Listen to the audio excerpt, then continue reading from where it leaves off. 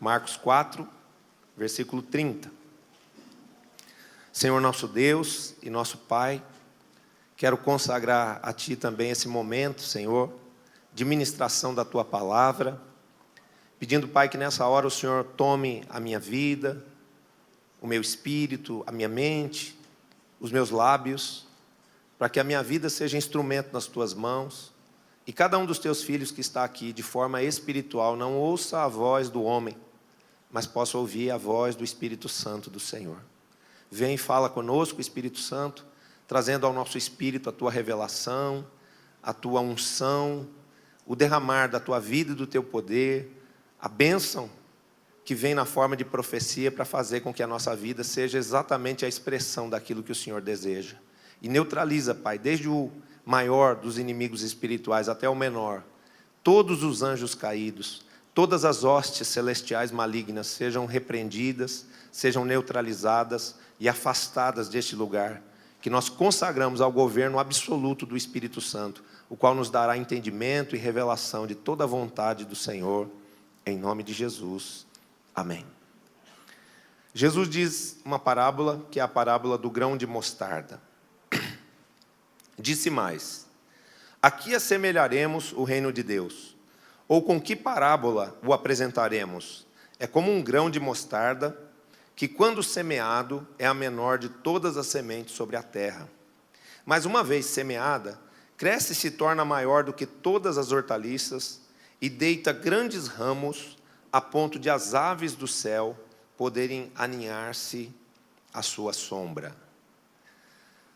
Jesus, nesse texto, falando aos seus discípulos, falando à sua igreja, ele compara a potencialidade do seu reino, a operação do seu espírito na edificação do reino de Deus, a um grão de mostarda.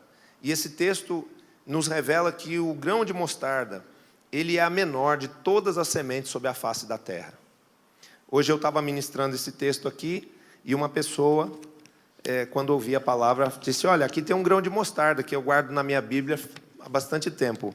E o grão de mostarda está aqui, você está conseguindo ver? Ele é quase que invisível, olha, está aqui, ó, coladinho aqui em cima, com durex. Ele tem menos de 1 milímetro de diâmetro, ele é do tamanho de uma cabecinha de alfinete. E Jesus, quando usou essa ilustração do grão de mostarda, ele estava revelando que enquanto o reino dos homens valoriza e escolhe para si o que é grande, o que é nobre, o que aparece muito, o reino de Deus, contrariamente, escolhe para si e é edificado através das coisas pequenas, das coisas simples, das coisas que aparentemente não se veem. A Bíblia diz que para a edificação do reino de Deus, Deus não escolheu os ricos, os poderosos, os cultos ou pessoas de nobre nascimento. Não, Deus escolheu os simples, os humildes, os quebrantados como eu e como você. Às vezes, quando nós chegamos à presença de Jesus, nós estamos assim no máximo, não é? Da nossa simplicidade, da nossa humildade, nos sentindo muito pequenininhos, nos sentindo como um grão de mostarda. As pessoas, quando chegam em Jesus, muitas vezes elas estão assim, humilhadas, empobrecidas, enfraquecidas, despojadas de algum valor que se possuía, tendo perdido alguém, tendo vivido experiências que fazem com que essas pessoas se sintam rejeitadas, pequenas, limitadas, insignificantes. E Jesus, ele gosta de pegar pessoas assim, para transformar a vida dessas pessoas, e nessa transformação, que transforma o nada em alguma coisa muito relevante para o reino dele, ele glorifica o seu nome. Mais ou menos em 1992, no começo do ano de 92, foi o momento em que Jesus me chamou, que eu encontrei com Jesus, né? Que eu tive a experiência de conhecer a Deus da forma como eu conheço hoje. E quando eu conheci a Jesus, eu vivi essa experiência no momento mais difícil da minha vida, que foi quando o meu primeiro casamento acabou. O primeiro casamento acabou justamente por eu não conhecer a Deus. Por quê? Porque eu vivia uma vida longe de Deus, separado de Deus, no pecado. E nesse momento tão difícil da minha vida, onde meu casamento terminou por causa de adultério, né?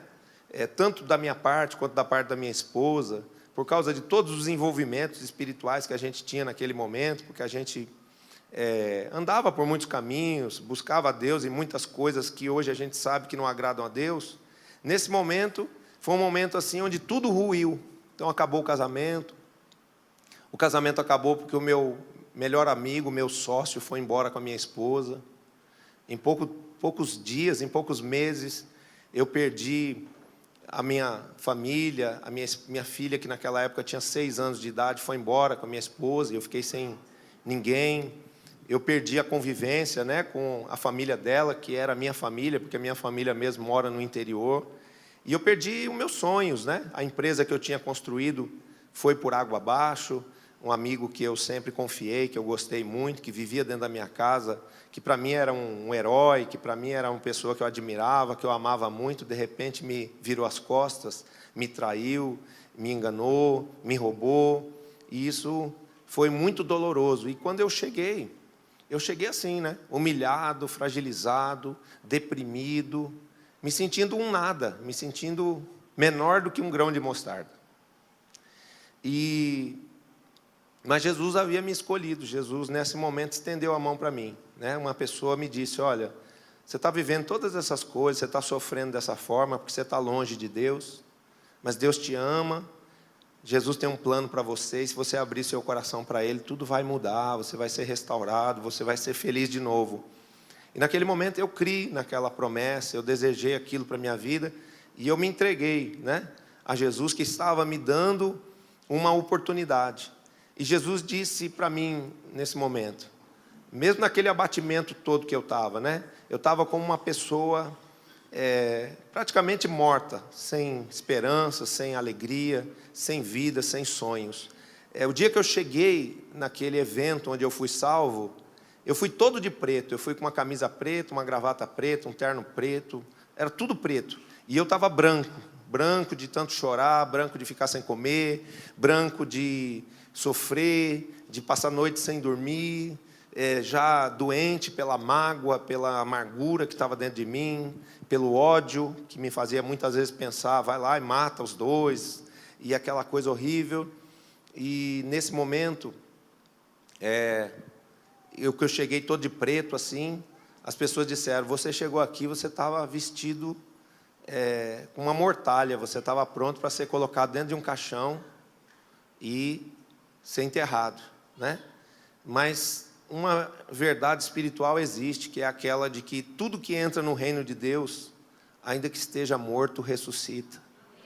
Então o projeto de Deus é ressuscitar você, é vivificar você, é ressuscitar cada área morta e destruída da sua vida, para que no reino de Deus você possa glorificar o nome de Jesus, ter uma vida abençoada, uma vida feliz, uma vida cuja restauração seja o testemunho que vai glorificar o nome dele, né? E Jesus não me escolheu porque havia algo de bom em mim. Jesus não te escolheu também por causa de qualquer talento ou por causa de qualquer valor que possa existir em você. Jesus nos escolheu porque Ele nos ama. Jesus ama você, né? Deus te ama, Deus quer o melhor para você. Deus deseja tomar a sua vida, ainda que ela possa parecer pequena, insignificante, relevante para esse mundo. Deus quer usar a sua vida para fazer algo grandioso e, através da sua vida, glorificar o nome dEle. Amém? E o que aconteceu? Nesse momento, Deus me envolve, me toma para Ele, né? E esse amor com que Jesus nos ama, Ele começou a me curar, Ele começou a me fazer sonhar de novo, e até acreditar que eu podia construir e reconstruir a minha vida. Ou seja, o grãozinho de mostarda que havia morrido, ele estava começando a ressuscitar. Uma semente, quando você planta lá na terra, parece que ela morreu, né? Joga no buraco, joga a terra em cima, e ela simplesmente desaparece. Ela começa ali, debaixo da terra, a se transformar. E por menor que ela seja, num momento, aquele milagre da vida faz com que uma folha, né? Um ser que tem vida, rompa a terra e alcance a luz, né? Aparece vida de novo. Então eu comecei a sonhar outra vez, né? Eu comecei a desejar de novo viver, eu comecei a perceber que existia esperança para o meu futuro, eu comecei a sonhar de novo. E eu não sei se você está chegando na presença de Deus nesses dias, mas uma coisa eu sei: Deus vai ressuscitar os seus sonhos, Deus vai te dar forças para você vencer as dores, os sofrimentos, as angústias que você possa ter vivido, possa estar vivendo, e Ele vai fazer você florescer. Porque tudo que entra no reino de Deus recebe o poder da vida, recebe o poder da ressurreição. Amém? E nesse momento, eu também descobri uma outra coisa a respeito de Jesus. Quando eu comecei a viver os meus primeiros dias da minha vida com Jesus, foi que Ele tem prazer em fazer as coisas pequenas crescerem e se multiplicarem. Deus tem esse poder não só de dar vida, mas de fazer aquilo que foi abençoado com vida crescer e se multiplicar. E Jesus aqui nessa parábola diz, né, que o grão de mostarda é a menor das sementes, mas que quando ela é semeada, ela cresce e se torna uma árvore frondosa, a ponto de dar sombra até para as aves que voam no céu. Então o grão de mostarda, que é uma semente com menos de 1 milímetro de diâmetro, quando ela cresce, ela pode chegar a ser uma árvore de até 4 metros de altura, e que produz milhares de sementes. A árvore do grão de mostarda, ela floresce, ela fica florida, ela dá uma flor amarela muito bonita, mas depois que passa aquela flor, aquele tempo daquela flor, aparecem ao longo do corpo daquela árvore, de até 4 metros de altura, uma árvore que tem copa, inúmeras sementes, né, que caindo pela terra florescem, porque a palavra diz que, embora alguns considerem o grão de mostarda uma erva daninha, ela é uma semente boa, uma semente extremamente resistente, que nasce em qualquer tipo de solo. Então, onde ela cai, ela forma um campo cheio daquele tipo de planta, né? E isso é o quê? É uma unção não só de crescimento, porque ela multiplica o seu tamanho até 4.000 vezes, ou seja, um crescimento de 4.000%, como também ela se multiplica, gerando um pequeno grão de mostarda, milhares de outras sementes, né? Então, isso chama-se unção de crescimento e de multiplicação. Vamos repetir isso? Diga: unção de crescimento e de multiplicação. Hoje você pode se achar um grão de mostarda, né? Ai, apóstolo, a minha vida está insignificante, a minha vida está um nada, minha vida está muito limitada, muito pequena. A minha fé, apóstolo, ela é muito pequena. Meu ministério é tão pequeno. O meu salário é tão pequeno. A minha família é tão pequena. Mas hoje Deus está te dizendo: meu filho, eu te escolhi e eu tenho poder para te fazer crescer. E não só para te dar crescimento, mas para te multiplicar de uma forma extraordinária. Amém? Deus, Ele transforma a nossa pequenez em algo grande, em algo significativo, que muda não só a nossa sorte, mas muda também a sorte das pessoas que estão ao nosso redor. Porque o grão de mostarda, ele não só cresce 4.000 vezes, ele gera sombra, ele gera refrigério para os passarinhos que vêm se aninhar debaixo dos seus galhos.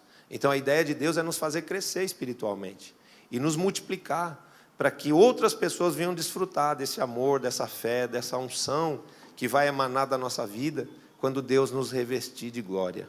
Amém? Isso, eu tenho uma boa notícia para te dar: não vai acontecer na sua vida, já está acontecendo. Amém? Você quer aplaudir Jesus por isso? Pode dar um aplauso assim.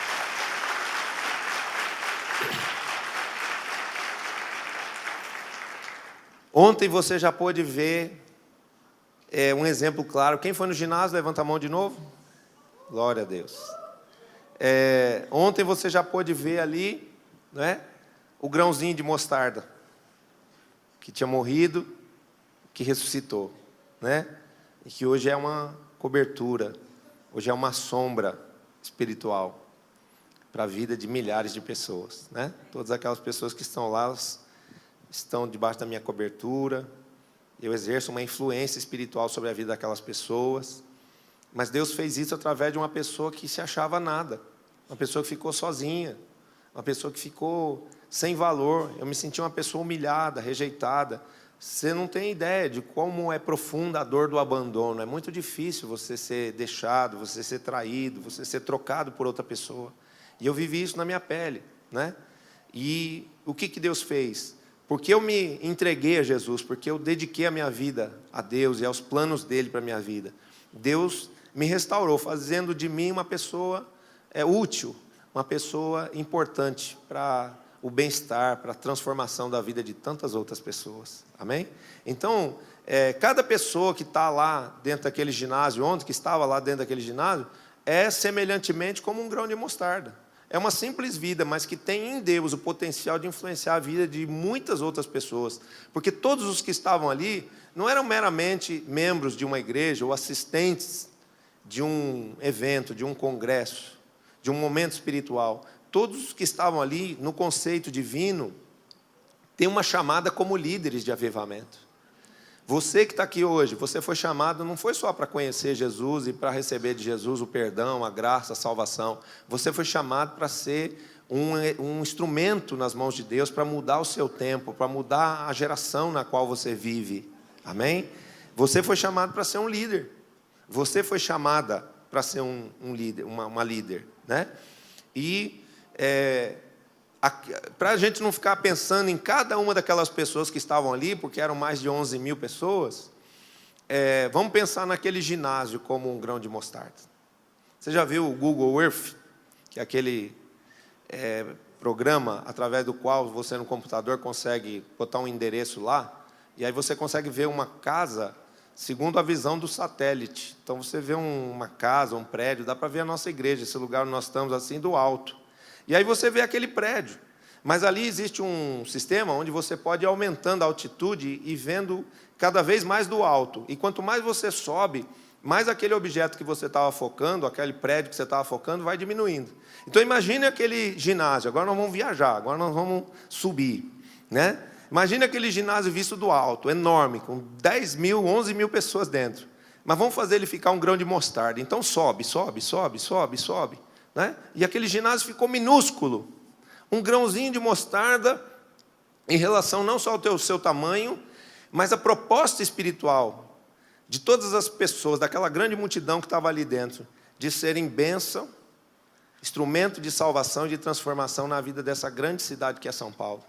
Então, o que é o ginásio de Ibirapuera? Por maior que ele seja, em comparação com o campo onde ele está plantado, em comparação com a cidade de São Paulo, onde milhões de vidas precisam conhecer aquele Jesus que a gente conhecia e louvava lá dentro ontem, né? Virou um grão de mostarda o ginásio de Ibirapuera. E Deus, né, mostra para a gente isso. O que são 12 mil pessoas no meio de 20 milhões que ainda não conhecem a Jesus? Um grão de mostarda, né? Então, Deus faz isso, né? Ele pega algo que é pequeno, algo que é insignificante, irrelevante, e usa para transformar toda uma realidade.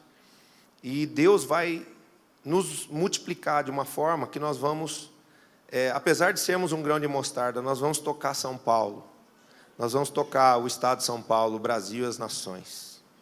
Você já comprou também a Herbalife? Pergunte-me como Jesus vai fazer isso. Pergunte-me como. Como Jesus, como apóstolo, nós vamos tocar São Paulo, o Brasil e as nações da terra se nós somos só um grão de mostarda? A resposta é através do modelo dos 12. Amém? Presta atenção numa coisa. Quando Jesus trouxe essa parábola, ele estava falando do seu humilde começo com 12 homens que eram também simples, aculturados, pessoas iletradas, pessoas despreparadas, pessoas que não tinham nenhum tipo de valor para esse mundo, né, que rejeita principalmente os mais simples, os mais humildes. E ele pegou esse pequeno grupo, que era um grupo de pecadores, de trabalhadores rurais, de pessoas que eram publicanos, e ele formou o caráter desses homens, ele trabalhou na vida desses homens, ele derramou o poder dele sobre a vida desses homens, e Jesus e esses 12 homens tocaram todas as nações da terra. A ação do Espírito Santo através dos 12 fez com que hoje todas as nações conheçam o Evangelho.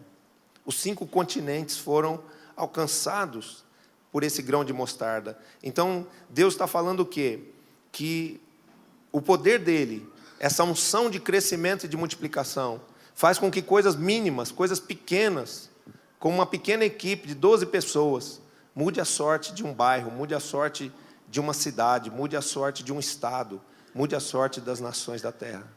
Por quê? Porque o poder de Deus está investido nesse projeto. E isso representa o quê? Unção de crescimento e de multiplicação. Vamos dizer isso de novo? Diga: unção de crescimento e de multiplicação.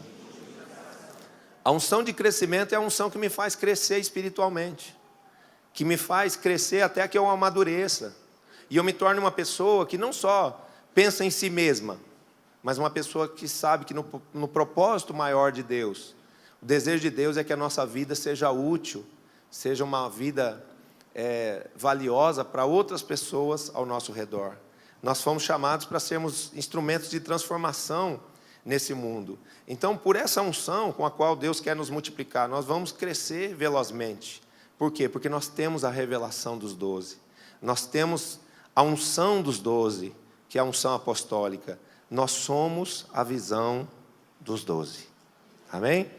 Isso é um mover de Deus que já está instalado, né? E nós estamos crescendo e nos multiplicando velozmente, como um grão de mostarda. Mas como que o senhor sabe disso, apóstolo? Só porque o senhor viu a multidão ontem? Não, porque eu estou investindo muito nesse projeto, que não é só meu, é de vários apóstolos, é de vários líderes, pastores em todo o Brasil.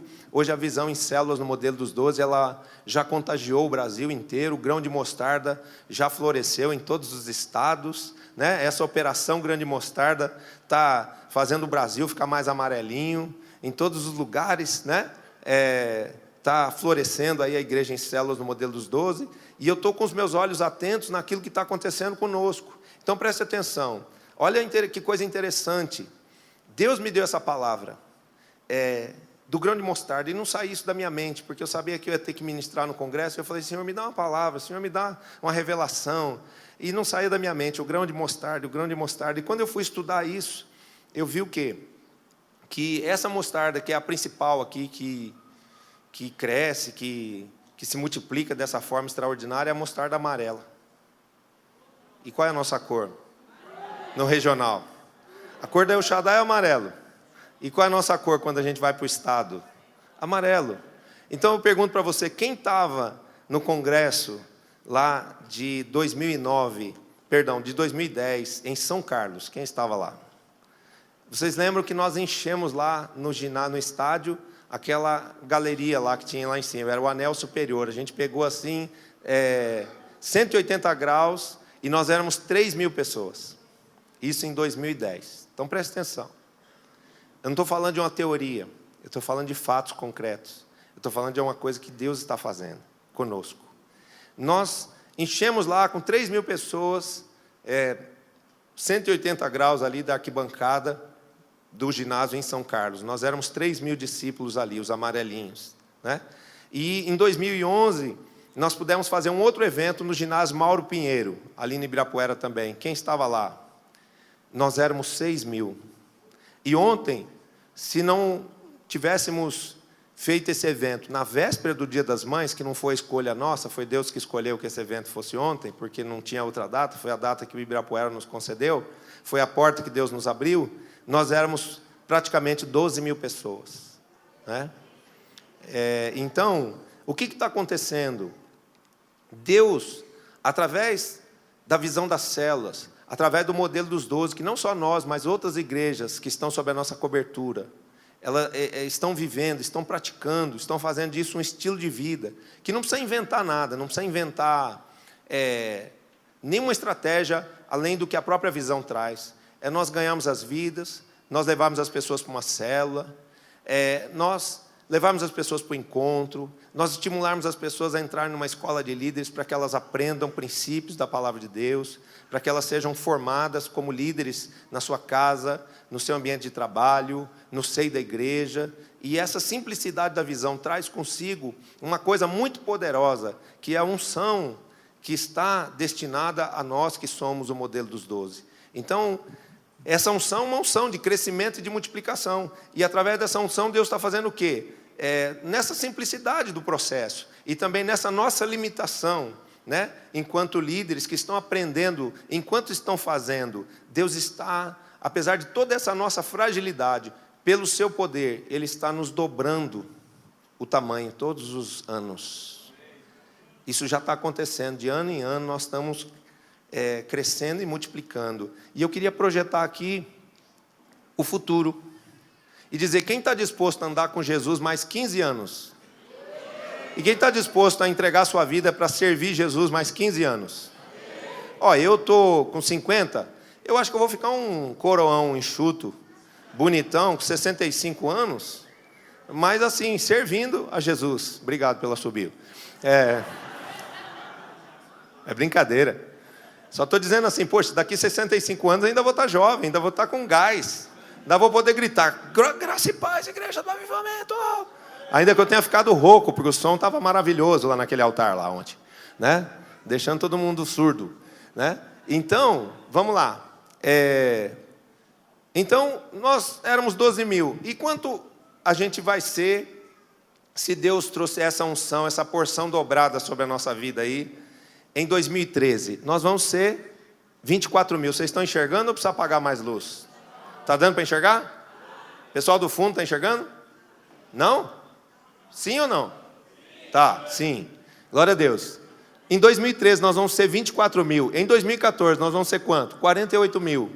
Em 2015, 96 mil. Em 2016, 192 mil discípulos. Em 2017, 384 mil discípulos. Em 2018, 768 mil discípulos. Espera um pouquinho, para aí. Só os 12 mil que estavam lá ontem. Eu não estou contando com as outras igrejas do Brasil, não. Tá? É só a gente. Então vamos lá. Só o povinho amarelo, só as camisetas amarelas. Acho que vai faltar pano amarelo no mercado. 2019, 1.536.000. Vamos para frente. 2020, 3.072.000 discípulos. 2021, olha que número lindo que deu agora. 6.144.000. Será que essa multidão está na visão? Quantos são os nossos 144 aí? Então vamos para frente. 2022, 12.288.000 discípulos. 2023, 24.576.000. Isso aí é só cada um ganhar mais um. Não precisa muita coisa. Você só vai ter que trabalhar o ano inteiro para ganhar uma pessoa para Jesus. Trazer um amigo, trazer um parente, trazer um colega de trabalho para dentro da igreja. Amém? E ver a vida dele sendo transformada pelo poder de Deus, não o seu poder. Você só vai ser instrumento do poder de Deus. 2024, nós seremos 49 milhões de discípulos. 2025, 98.304.000. 2026, nós seremos 196.608.000. E em 2027 nós seremos 393.216.000 discípulos. Mas eu quero só te fazer perceber o seguinte: a população do Brasil hoje é de 169 milhões de habitantes. Porém, segundo os dados do IBGE, em 2027 a população brasileira será de 214 milhões. O que quer dizer isso? Todo o Brasil, daqui a 15 anos, vai estar prostrado aos pés do Senhor Jesus Cristo. Pode aplaudir bem forte ao Senhor. E diga comigo: operação grão de mostarda. Crescimento 3.000%. Essa é a unção que está sobre a sua vida. Você recebe? Então dá um aplauso a Jesus. Agora, para a gente finalizar isso aqui, 3 coisas você precisa guardar na memória e no coração. A primeira é: você foi escolhido. Amém? Você foi a pessoa escolhida. Eu não sei porquê. Eu não sei o que Jesus viu em você. mas Ele escolheu. Ele escolheu você para ser filho dEle, para ser líder. Ele escolheu você para um propósito de ser bênção na vida de outras pessoas. E ainda que você se sinta pequeno, fraco, limitado, incapaz, humilhado, Deus te escolheu para ser um líder de multidão. Deus te escolheu para ser um homem e uma mulher de êxito, um homem e uma mulher de sucesso. Quem é que alcança êxito na vida e sucesso? Quem entende a mentalidade de Deus. Quem entende o projeto de Deus para a sua vida e se entrega a esse projeto. Amém? Então Deus te escolheu para ser líder, não para te sobrecarregar com responsabilidades, mas para fazer com que você seja um instrumento de transformação e de diferença na sua geração. Isso aqui, queridos, não é megalomania. Isso aqui não é uma coisa maluca. Isso aqui representa, vivemos numa cidade com menos crimes, com menos homicídios, com menos jovens drogados, com menos pessoas escravizadas pela prostituição e pelo homossexualismo. Isso aqui representa, nós vivemos numa cidade, num estado e numa nação com mais justiça social. Porque nós sermos essa multidão vai fazer com que nós possamos colocar pessoas comprometidas com Deus, tementes a Deus no poder. E isso é um projeto de Deus, de salvar as nações. É como eu falei, tem muita malignidade no coração do mundo. O mundo está contaminado pelo pecado, o mundo está cheio de malignidade, de trevas. Mas o amor de Deus e o poder de Deus direcionado ao mundo é muito maior do que toda a malignidade do diabo que está lá fora. Então eu e você que somos filhos da luz, nós estamos em vantagem. Nós estamos vivendo um processo de avanço, de crescimento, de conquista de uma condição cada dia melhor e cada dia maior. Você crê nisso? Eu não sei se você entendeu, mas ontem Deus nos levou como líderes daquele processo para o lugar mais nobre da cidade, o coração da cidade. Eu fico triste com discípulos que não entenderam isso, que não valorizaram aquilo ali, né? Mas a gente foi levado a um palco, como foi dito ali, de decisões, um palco onde se apresentam os campeões, um palco onde são vitórias e decisões levam pessoas a vitórias. E ali Deus deu uma vitória para a igreja ontem. Amém? Não só para a igreja El Shaddai, mas para a igreja em células no modelo dos 12 que estava ali reunida. Então, entenda isso. A melhor forma de você ser feliz, a melhor forma de você agradar a Deus e receber de Deus também tudo que o seu coração deseja, é você entender o plano de Deus para a sua vida e entender que Deus quer que a sua vida seja um instrumento de transformação para essa geração. Amém? Deus vai usar a mim e a você para a gente fazer uma cidade melhor, um país melhor, um mundo melhor. Segunda coisa que a gente precisa saber, além de nós termos sido os escolhidos por Deus para isso, nós precisamos saber que Deus tem o poder, mas nós temos a promessa. Amém? Então, qual é o poder de Deus? O poder de transformar as coisas, de quebrantar os corações, de salvar as pessoas, de libertar as pessoas, de mudar completamente a mente e o estilo de vida das pessoas. Mas qual é a promessa? A promessa é que Ele quer nos multiplicar, é que Ele quer nos abençoar. Então a promessa qual é?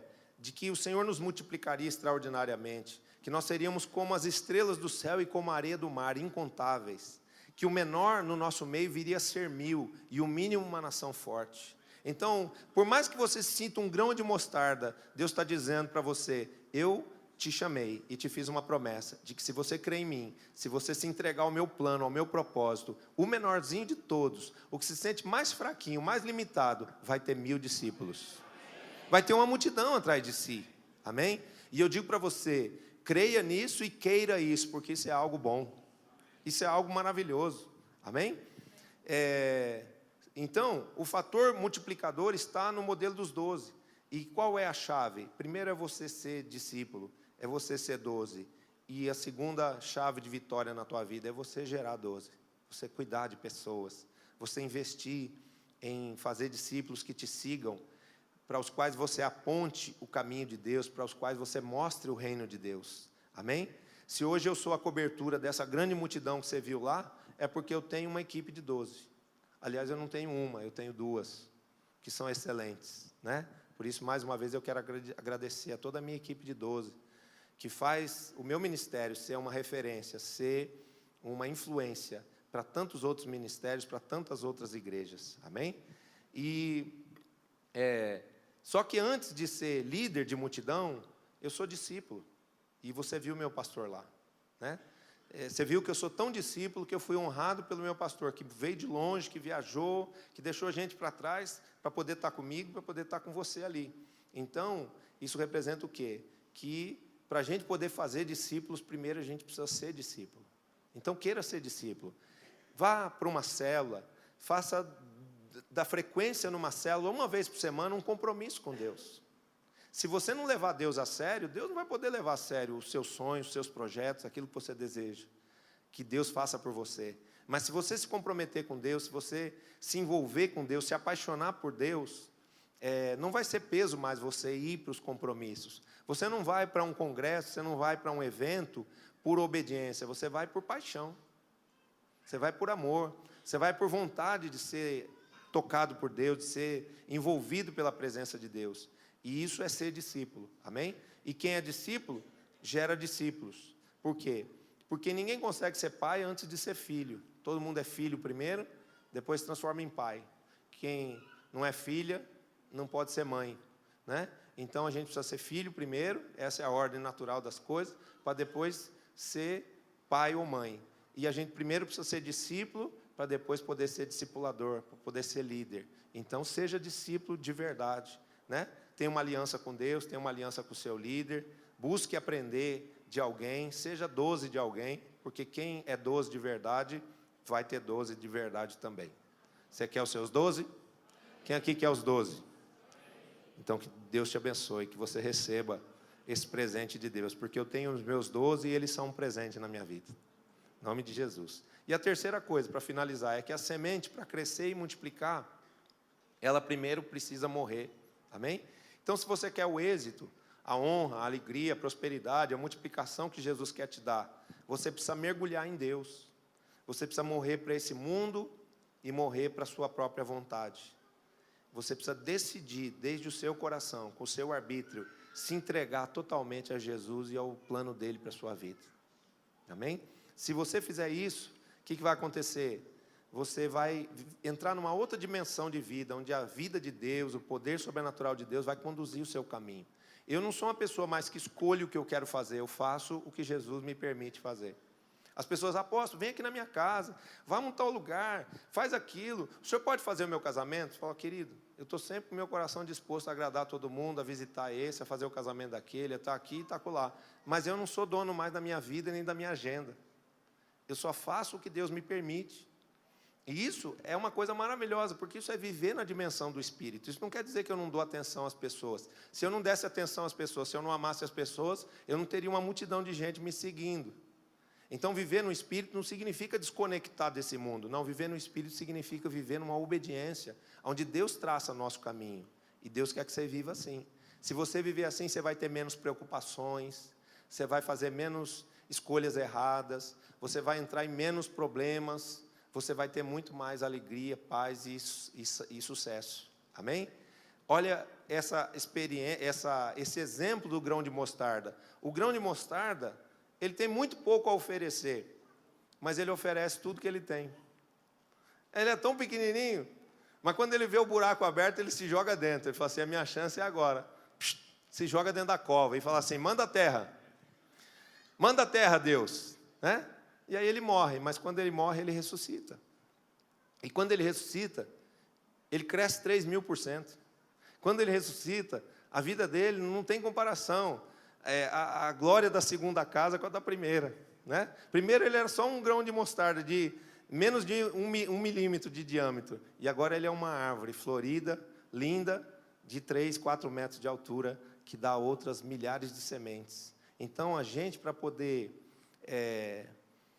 frutificar, para a gente poder florescer no reino de Deus, a gente precisa aprender a se entregar a Deus, a confiar em Deus. E o pouquinho que você for ou tiver, se você entregar de todo o coração a Jesus, vai se multiplicar de uma forma tão grande, que vai exaltar o nome de Deus na sua vida, e que vai gerar sombra e resultado para muitas pessoas ao seu redor. Você quer isso para você? Então Então fica de pé aí que eu quero fazer uma oração por você.